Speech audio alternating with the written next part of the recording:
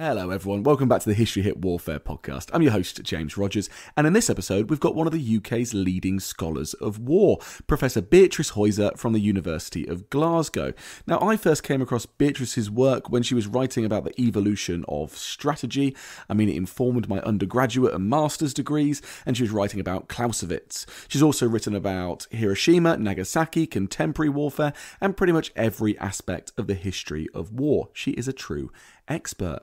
In this episode, she's going to take us through the most famous battles in history. I think we go back to the 1100s and work our way through. We touch on Culloden, we work our way through the First World War, into the Second World War, and we discuss what exactly makes an enduring battle, a legacy, a myth that fuels our understanding of the nation state, can even fuel future wars, or was perhaps so horrendous that it inspires peace. So here she is, Professor Beatrice Heuser on the most famous battles in history.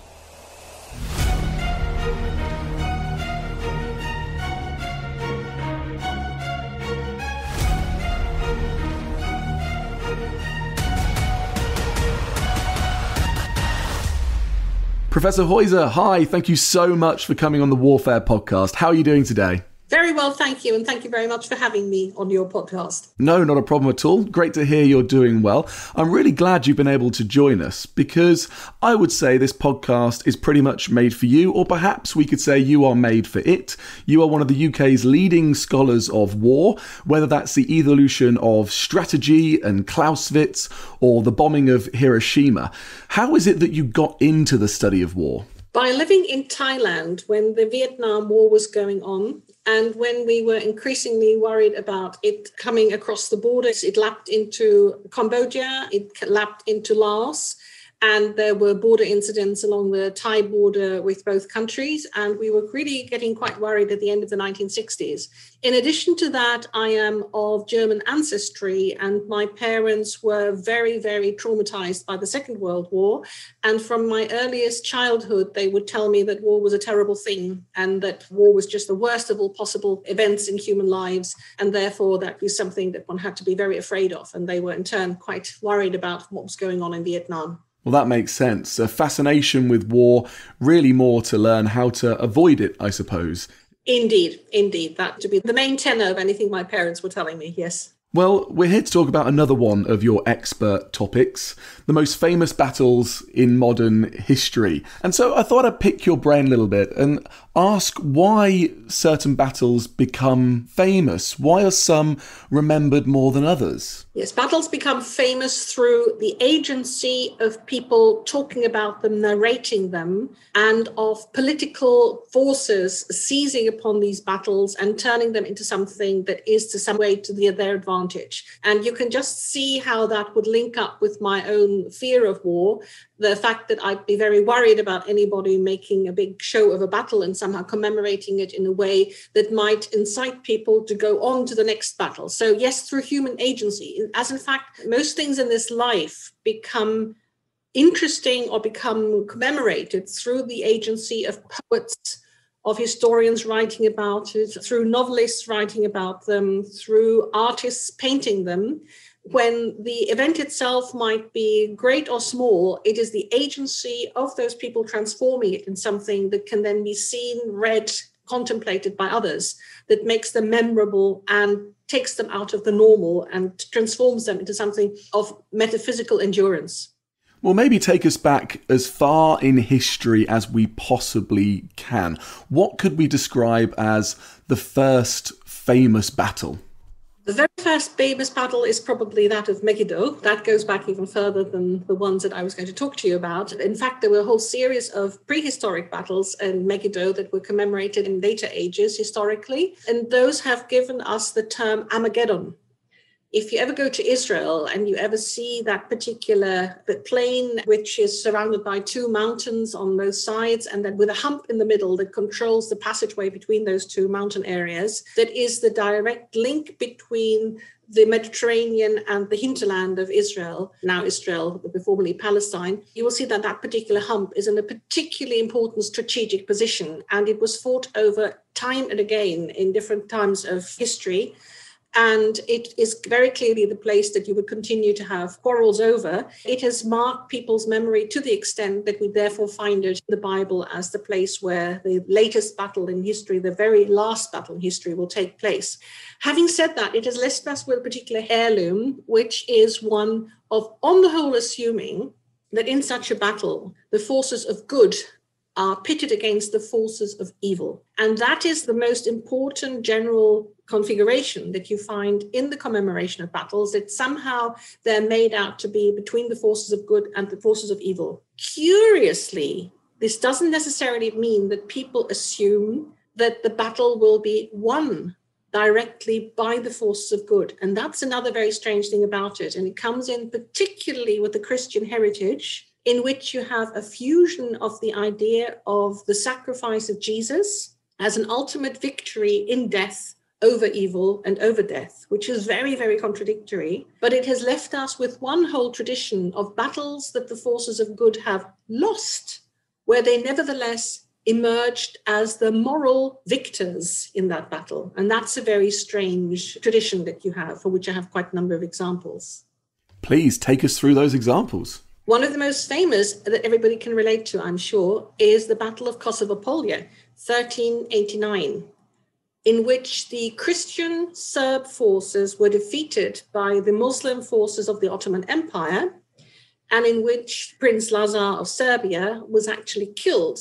But through this death, he was almost elevated to the position of a martyr, and the Serbs, much later became Yugoslavia, has seen that as a sort of Christ-like sacrifice on their part that must be commemorated and that must be upheld as a very important experience that has to be emulated and that somehow has to be almost avenged. And this avenging side of it is absolutely was an important reason for the conflict that started in 1999, that in fact was, of course, the prolongation of a much longer conflict between the Kosovo Albanians and the Serbs over this territory, where for the Serbs, this was holy land, the land in which the blood of the martyrs was shed for the Christian cause.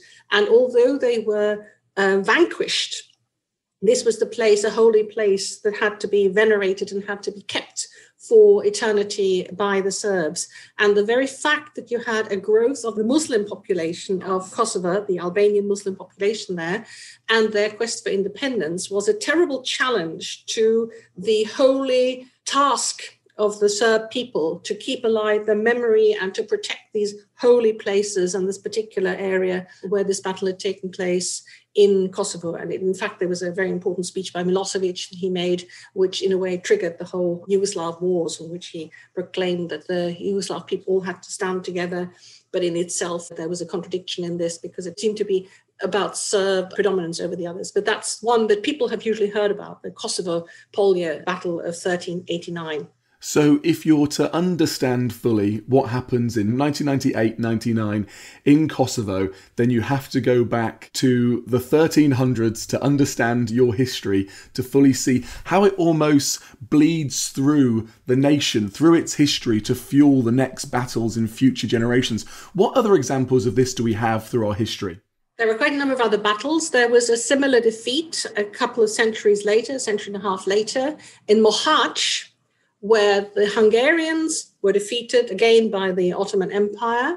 The Greeks, of course, see the fall of Constantinople and the battles around it as their own defeat, but moral victory. That's something that where Greeks tell each other that one day the city will be ours again. There's a sort of perpetual memory of this that inspires the Greek national tradition. But there are also other battles. One of my favorite ones being up here in Scotland is the last Stuart rebellion, the last Jacobite rebellion against the Hanoverian kings of the United Kingdom. By then, a union of the crown had been agreed, which is the Battle of Culloden in 1746, which I am particularly fond on because it has proved particularly mythogenic. It has created quite a number of myths. I'm using the word myth not in a sense of false, more the French sense of using the word, which is to say that it is some sort of original narrative that keeps being repeated and that somehow gives you an idea of how you should act in future. It is a paradigm. It is something that has to be emulated. It is something that tells you, interprets the world for you, and at the same time gives you the mission to fulfill and implement and follow something.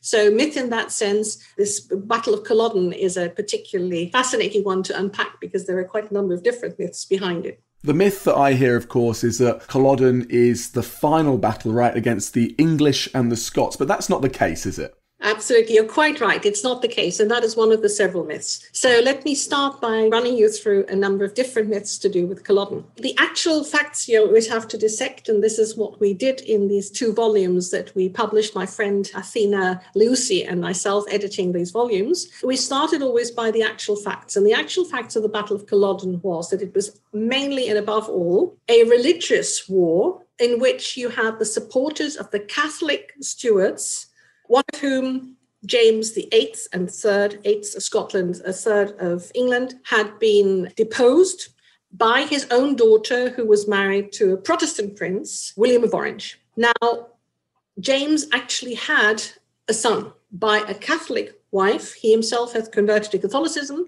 The son was Catholic. He was also called James, the Old Pretender. And the son, James, in turn had a son called Charles, Bonnie Prince Charlie. Again, Catholic. So the actual fight was over the succession, whether it should be the Stuarts of that Catholic line who should succeed, or in fact, the Protestant line having died out with the daughter of James the third and eighth, that had gone to the Hanoverians through a sister a few generations back, who were Protestants and who had taken over England, and that thereby also the Scottish crown, inherited both crowns. In fact, it was a lineup of Catholics versus Protestants, even in Scotland, which meant that there were clans that were Protestant, the Protestant Hanoverian side, and there were Scottish clans that backed the Catholic side. So there were Scots against Scots. On top of there being Scots against Scots, there were on the Catholic side mercenaries paid by Catholic France. These mercenaries were Irish mercenaries, Irish Catholic mercenaries, the wild geese. And on the other side, the Protestant side, you had lots of Flemings, Dutch fighters. And of course, you had Hanoverians, you had people from the center of what is now Germany. So it was quite multinational on both sides, but the lineup really and the identification was mainly Catholic versus Protestant. So the actual thing was therefore this very important question of succession and about the 2 religions fighting each other. So what came after that, the sort of the earliest myth was really that this was an uprising of the riffraff against the proper established order, with a lot of disdain meted out towards the Jacobites, who were treated as rebels. So were they seen as rebels, or were they just seen as defending their own religious cause? Just marking them, branding them as rebels, branding them as people who were lawless, was the sort of earliest myth. So basically denigrating them, a myth that was propagated by the successful side, as you can imagine. Then came, almost a century later, Sir Walter Scott. Sir Walter Scott of Ivanhoe fame, whom you can hold responsible for the rehabilitation of all things Scottish in this big narrative of Britishness, of the union of the 2 kingdoms and of the Scottish tradition, because he turned everything that had happened into a romance. And by that made it very attractive and something that was politically not dangerous to buy into. So he romanticized with a number of novels what had happened, this Jacobite uprising, this pro-James faction uprising, and tried to take the political sting out of it by just making it something that was long past, very pretty, but really belonged to the past and not something you could revive. So that's the romantic myth of the whole story. Then came the nationalists, and that's where your myth came in, because it's basically a retelling of the story of the last battle for independence of Scotland against England. And that's, of course, a complete distortion, because as we will have noted, there were Scots on both sides. And this was not at all about a nation uprising against anybody else, but it was very much in a sort of royalist idea that they wanted a king, and it was not about national independence or liberty or anything like this, only liberty of faith.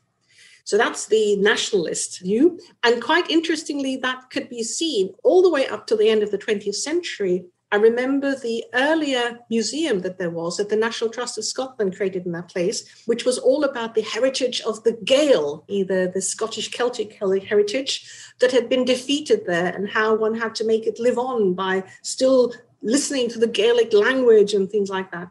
A terrible deformation of the whole story. Then there was another myth, which was the working class myth. which was the myth of how this was all poor working class people, or the poor peasants, the cotters, very poor people who had been ruthlessly instrumentalized by their various lairds, their lords, many of whom were just a completely different class, Anglo-Norman lords who'd held land in Scotland for a very long time, and how these poor cotters had no idea what was going on, some of them not even speaking English anything, not understanding what this is all about, but just loyally following their laird because that's what they had to do. Otherwise, they would have lost the territory that they held in fief from their land, from their lords. There is a beautiful example of this in a film, if you ever can get to see it, a fantastic film of the 1960s made by somebody called Peter Watkins, in which you have, it's a black and white film that was commissioned by the BBC at the time. And in this film, you have the fictional element of a reporter, a war reporter, going to the battlefield and interviewing people on both sides as to what they think the battle is about and why they're fighting and what is this all about, and then actually commenting on the battle itself. Fascinatingly well done, because you have this leap of faith. You have to understand what earth is going on. You have a war reporter supposedly looking into a camera while the Battle of Culloden is being filmed. But very quickly you get the hang of it and you find it very credible, because it then homes in on all these individuals, these poor people who've been mobilized by their lords and have no idea what's going on. And he goes up and says, and when did you last eat? And they will say something in Gaelic, which sounds very beautiful, but when translated by a third person, the interpreter says, we haven't had anything to eat for the last 48 hours. Because in fact, one of the things that happened was that they were cut off from their supply trains, and the poor soldiers themselves had not been fed. And they've been camping out in the rain while Bonnie Prince Charlie spent that night in the comfort of Culloden House, which was a sort of small palace in the area owned by the local landlords. A very comfortable, warm place. So classically, the sort of distinction between the upper classes who were doing well, and then, of course, Bonnie Prince Charlie ran away like a rabbit being pursued by, I think there's poetry about this as well, that is very working class inspired, while the poor chaps on the ground had to fight it out, had to slog it out, and were killed in the process and were maimed in the process. And if they were not killed or maimed, they were captured and then deported to Australia. So that's the working class myth of that whole story. So you see all these different types of interpretations when the reality was one of this religious divide in particular. Yes, not quite the romanticism there that you depict of Walter Scott, I suppose. Do you think it's easier when you romanticise a war, a battle, a conflict, to then turn it towards nationalist tendencies? Well, the romanticism was supposed to take the sting out of it. And there was supposed to be an element of reconciliation with the other side in the artistic experience of the romance, which could be through painting, which could be through music, which could be through a novel. And in fact, I suppose the purpose of this, the underlying purpose of it, is to seek the other side's sympathy without letting the sore fester. The sore can turn into healthy flesh afterwards. You can have it scarred rather than just festering all the time by this sort of process of reconciliation. But at the same time, you want the scar to be seen. You want the other side to have commiseration for this scar, to recognize what has happened. So there is this element of this, and it's absolutely fascinating how it very much required the collaboration of the Hanoverian Georges, in fact, George IV and his successors, Queen Victoria was pretty strong on this one as well, to make this work, to make it something that was a mutually recognized thing, but was seen as, heroic on the side of the losers, all respect being given, all respect being due to the losers and also given to the losers for what they had experienced in this context, even if they'd been on the wrong side of history. But more a recognition that they've been on the wrong side of history rather than evil or the scumbags as which they were portrayed by the very original myth of Culloden that had developed in the few years immediately after the battle, where all the rebels were seen as rebels and wicked and evil and criminal and people to be despised and then deported to Australia if they'd actually survived the battle. So it needed that collaboration.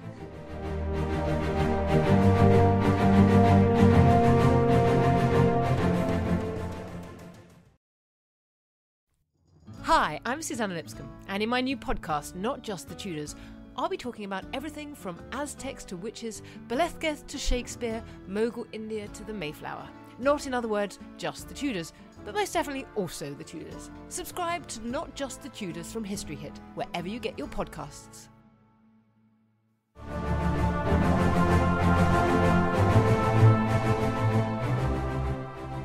Actually, yesterday we went to, this is an image I was going to share with you, Glenfinnan. Glenfinnan is a beautiful end of a loch that I think originally opened to the sea. It's now closed off, but it's a very long loch.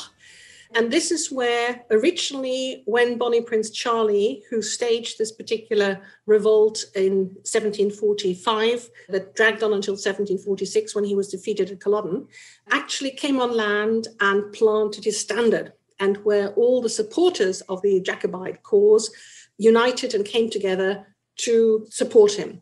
Now, in the 1830s, they erected a statue there, which is very interesting. It's a very long column, beautifully placed. Right next to it is the train viaduct that you always see in Harry Potter, the one where you always get a picture of Scotland where the train goes. Yeah, absolutely. Very famous place, overrun by tourists, not at the moment because of COVID, but it's an absolutely beautiful spot. And there is this column that was built with the total support of the British government. It was raised by private supporters, but nevertheless, it was not an act of disloyalty towards the United Kingdom's government to have that erected, but it was seen as something that everybody accepted. This was a commemoration of these dedicated men who lost their lives in this campaign, but it was no longer seen as a threat by the time it was erected. And after all, this was less than a century later that it was put up. So less than a century later, the British government bought, and the British public at large, bought into the romanticized version on condition that it wasn't a threat any longer to British authority. Now, your question was, can this romantic story be turned into new potential for independence? Yes, it can. Curiously, I think the Culloden hasn't been so successful, but Bannockburn has been very successful. Bannockburn is that other big Scottish battle that was won 1312, a long time earlier. And there you have a Scottish victory. So it's not as ambiguous in the way in which it is remembered or in which it is commemorated. It's Scottish victory that afterwards was superseded by a long series of Scottish defeats. But nevertheless, that's the one that people cling to as that wonderful occasion that founded the Scottish nation, that founded Scottish desire for independence from Britain. And that was for a long time, again, sort of seen as something that was romantic rather than anything else. If you go to that particular museum that has been created now, it was created, it's again the National Trust property. The current museum there that was put up on the anniversary of the Battle of Bannockburn, their 700th anniversary, quite recently, was clearly put up by people who had no interest at all, no intention at all of making this political, and they rather Disneyfied it, which makes it rather weird. So the people who put that up did not want this to be turned into a statement of national independence, anything like that. They've just recreated the battle and children can play with it. And there's some sort of electronic model that you can use. And there are individual people that you can interrogate, sort of cut out people with a little voice behind that. And if you ask them questions, they will answer why they were there and things like that. So here is a myth that the people who created the museum tried to romanticize in order to take out the sting and the potential of this becoming highly political. But in fact, it hasn't worked. It is boiling away. It is simmering away with its political potential that we will be reminded of at every single football match when people sing the Flower Scotland hymn, which only became known, in fact, was only created in the mid-20th century, I think, and it only really became popular from the late 1980s or even later, 1990s, it really came into swing. So there is the potential in that particular battle to become politically very important, whereas I haven't actually seen Culloden remembered much in a political context recently. People seem to think that that's sort of the end of that story, and they're a bit fed up with being seen as the victims of this, the romantic victims to that. But it's Bannockburn that is the great Scottish victory with its potential for political use. It is fascinating to think. I've never really thought about it, so thank you for bringing that up. This idea that memorial and romanticism can somewhat combine to bring reconciliation and I guess more of a lasting peace and less potentially maybe subverted in the long run. But take us a little bit more through history, maybe the 18th and 19th, maybe into the 20th century. Do we see these themes of nationalism, of myth, of religion, sacrifice and moral victory fueling the wars of the future? I think the whole thing is still going strong. From Bannockburn 1314 to the present, there is still this element of using battles in a sort of commemorative way. But you've just put your finger on it. It's the 19th century that really done it all. It's the 19th century that we can hold chiefly responsible for this whole tendency in the much muted way in which it was done with Sir Walter Scott in Scotland, but in a much more aggressive way in which it was done by the historians, but also the politicians of those 19th century constructs, those supposed nation states. I'm saying supposed nation states because none of those states actually ended up really being identical with the ethnic group, that large ethnic nation that they tried to integrate. We can go through all the different permutations. There were always some problems about border peoples. There were always some problems about minorities. The German Reich that was created in 1871 should have had the Austrians in there if they really wanted to have all German speakers, but didn't. They deliberately excluded the Austrians so that the Prussians could lead the whole show. There was the trouble between Denmark and Prussia for a very long time over border regions there. You still have bilingual people on both sides of the border. You have bilingual areas all around all the borders of Europe. So the border thing is always a problem. It's never properly simply one ethnic nation that simply inhabits one territory. But the historians and the politicians wanted to make it thus. And they also wanted to detach these nations, these states, from their historical background, which tended to be the identification above all with a royal dynasty or a princely dynasty of some sorts, or some other identifying factor. They wanted to make them let go of former identifications that they'd had, for example, with a city-state, and turn them into a huge integrated mass with a common story, with a story linking them all. So the 19th century was not only the century of people romantically writing about the past, like Sir Walter Scott, but it was also the century of historians forging the past into particular narratives, and of great composers making heroic operas out of these particular battles. All true. But it's particularly the historians who have managed selectively to use particular battles as founding myths of their nations. And battles as founding myths are a particularly potent mix and a particularly potent vehicle of having made battles famous. Because of the many, many, many battles that happened in European history, it is only some who have somehow acquired this celebrity. When you ask why that human agency was there for that particular battle and not countless others that were at least as big, perhaps as important in economic terms or in political terms, you will find that selectively historians, national historians who were trying to create this national narrative in the 19th century, latched onto particular battles and turned them into, proclaimed them to be the founding moment of that particular nation. So you'd have things like the Battle of Arminius against the Roman hordes in the Teutoburg forest as the moment when the Germanic peoples first hit upon their national consciousness, etc., which is complete balderdash, of course, because there was no Germanic people thinking of themselves as Germans for many, many, many centuries still. But there are many, many others like that. There are many battles like that that then hit retrospectively in the hands of the historians of the 19th century, were turned into great moments of national awakening and of national identity making, i.e. of legitimating a nation rather than a dynasty, and turning them into the founding myths of those particular periods. So the 19th century has most to answer for in this particular way.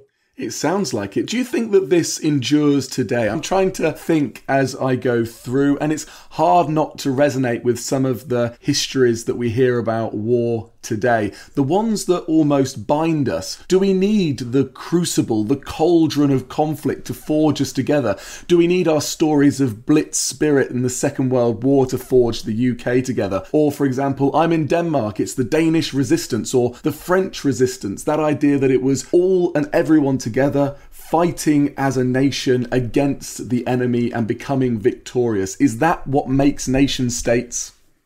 I think to some extent there is a special experience that people have in those actual wars. I have my Israeli friends always telling me that in times of war, people are nicer to each other. They will take their neighbors in their car and they will go a detour for somebody who stands by the roadside and needs a lift because the buses aren't running. And everybody just shows much more solidarity. I think that's also what people in Britain like to remember about the Second World War. You know, so many of them claim to have had a good war because there was this feeling of national solidarity and upper classes and lower classes didn't fight against each other, but everybody helped each other, and that there was a sense of unity. So in fact, I think that is a real experience in war. That's a real experience.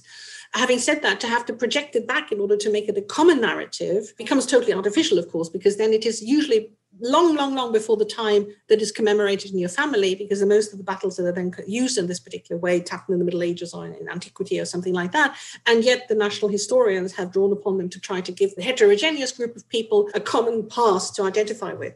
But is it still important today? Well, in the 19th century, obviously, it was used massively. It was used in the 20th century. And then it was used in the 20th century as a sort of common experience of suffering. As the references backwards to the Somme, Verdun, things like that have been very important for the individual group formation. But then also, they could be used afterwards also for reconciliation. There's a whole tradition of battles being used afterwards, particularly in the 20th century, for reconciliation. And I've just mentioned the most important of them, probably Verdun. Even after the First World War, there were the rudiments of widows' associations and other groups that began to reach out across the previously hostile divide to people from what used to be the enemy nation to share their grief over their common losses. And particularly Verdun has become the hub of Franco-German reconciliation after the First World War, that has been used time and again then after the Second World War by political leaders in order to forge peace, to create peace in just the same way, with just the same means with which in the 19th century historians used to try to perpetuate conflict and animosity between groups. So if you just think about the Charles de Gaulle-Adenauer reconciliation of going to Verdun together, having a mass, jointly listening to a mass at Reims, where the Reims Cathedral had been bombed by the Germans in particularly the First World War. And most importantly, this is an image I'd like to promote, most people of a certain age will remember that photograph of Helmut Kohl and François Mitterrand at Verdun holding hands, which had a little bit of a funny side to it because Kohl sort of was twice as large and big as Mitterrand, who was slender and delicate and stood next to him. So it looked a little bit funny. But it's an image that people still remember. It's one of those iconic images of that hand holding. And it was quite important for Angela Merkel and Macron to do the same. They were holding hands at Verdun. I think they even embraced. And, this idea that the leaders incorporating always the sense of reconciliation. At Verdun, in the palace of the Bishop of Verdun, there is now a Center for Peace, which has got a permanent exhibition, which shows not only the First World War, but sort of trend then says that the big lesson of the First World War would be European integration and would be reconciliation and the creation of what later became the European Union. So you have this whole narrative there of making peace and perpetuating peace, born out of battle, with almost the same tools and instruments being used as had previously been used to make battles the mainstay of national narratives and nationalism. It can be used in a different way as well. But if I may just continue with one more instance where you've asked, do the battles still stir up the blood today and are they still used in a particular way today? One of the commemorations this year is of the Battle of Manzikert that happened in 1071. The Battle of Manzikert, 950 years ago now, made to be of great importance for the Turks, because it was a Turkish victory or a victory of a Turk people in 1071 over the Byzantine Empire. The story, the way it is now told and made political and made a great battle by the Turks, is that this was the beginning of the Turks occupying Asia Minor. The way this is used is you've got a film about Mehmed the Conqueror, which has a little bit of a flashback and uses this as a story. But it also there are little film clips that are shown by the Turkish Minister of Defense and were already shown in the Turkish Minister of Defense to encourage people to join the Turkish armed forces. And there's a lovely sort of whole clip where you find modern tanks and modern technology, etc., interspersed with little images going back to the Battle of Manzikert, which was restaged by using students at the local Konya University. The important thing about this is that this now harks back to a big Turkish past of being in Asia Minor, in being in Turkey, and being the people who had conquered that country by the sword almost a millennium ago, and thereby legitimizing the existence of the Turkish state there. which is quite weird, really, because for us sort of post-nationalist Westerners, West Europeans in a case, this smacks terribly of the 19th century. This is something that we'd have enormous problems politically to present to our own publics. Just imagine a film by which the Danes would show, come join the armed forces, interspersed with longboats, going off to conquer bits of Scotland or occupy England and extracting booty and burning Lindisfarne. You really wouldn't do that any longer. The Turks have no inhibitions about this. And it was quite interesting how that was used also in tweets by the spokesman of the Turkish Ministry of Defense, who beautifully said, yes, this also showed, and this battle showed, and now the continuity and the tradition of this showed how everybody throughout the Mediterranean, from the Straits of Gibraltar all the way to the Arab Peninsula, was happy to have the recreation of that great golden apple, the Ottoman Empire. And you sort of think, there's a political message here. This is not just a story about a particular battle and how it's commemorated. It's a little more than that. And there is the politics underlying this are really quite interesting to follow. Keep your eyes on this spot. Well, thank you so much, Professor Heuser, for providing us a timely reminder of how the history of war can be politicised, either for the reproduction and recreation of more bellicose intentions, or potentially even peace as well. And of course, we're recording at a time when things are flaring up once again between Israel and Palestine. And so it's those stories of the horror of war and how it impacts civilians most intimately that perhaps can be used as a sharing and a truth and a reconciliation between those parties into the future. Now, to finish off, perhaps you could tell us where our listeners can read a little bit more about the most famous battles in history. Thank you very much indeed. Yes, well, they could turn to 2 volumes that my colleague Athena Liusi and I have produced for Pen and Sword publishers, both of them headed Famous Battles and How They Shaped the Modern World, which is slightly beside the point. It's more how the narratives of these battles have shaped the modern world. They're both available from Pen and Sword publishers. I repeat the title, Famous Battles and How They Shaped the Modern World.